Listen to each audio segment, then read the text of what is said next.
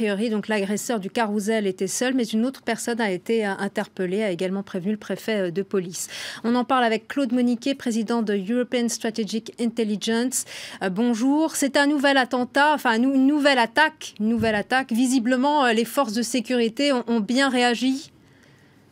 Oui, tout à fait. C'est une réaction qui a été... D'abord, semble-t-il, il y a eu une tentative de neutraliser l'individu par des moyens non létaux, sans utilisation des armes. Et puis, comme c'était impossible, les militaires, un des militaires a tiré, apparemment 5 balles, a touché son agresseur, enfin l'agresseur de ses collègues.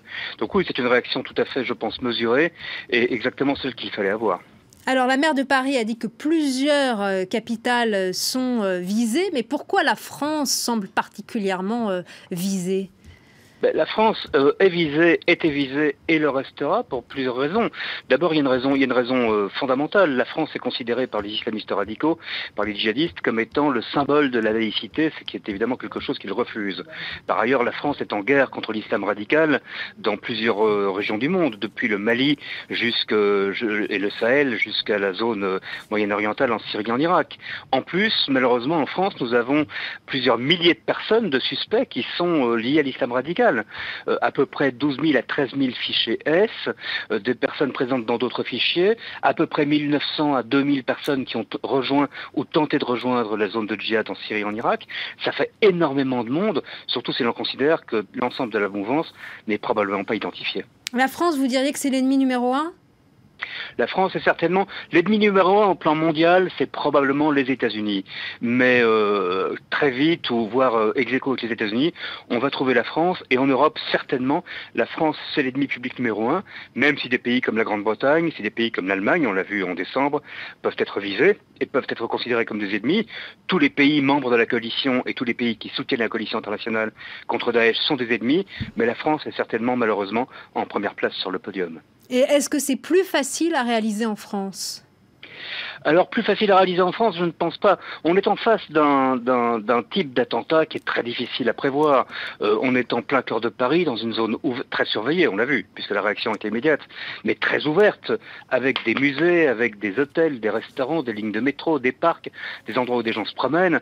On a des capacités de surveillance qui sont limitées. Donc ce type d'attentat-là, vraiment quasiment le niveau zéro, hein, un homme qui se jette sur des militaires ou sur des passants avec une arme blanche, c'est extrêmement difficile à prévoir et extrêmement difficile à empêcher.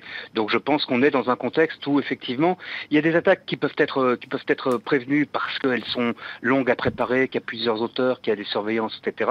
Mais là on est sur une impulsion probablement assez rapide d'une personne isolée.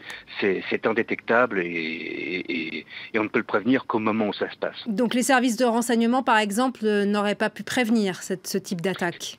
Alors ça, le reste de l'enquête le verra. On verra si des signaux faibles ont été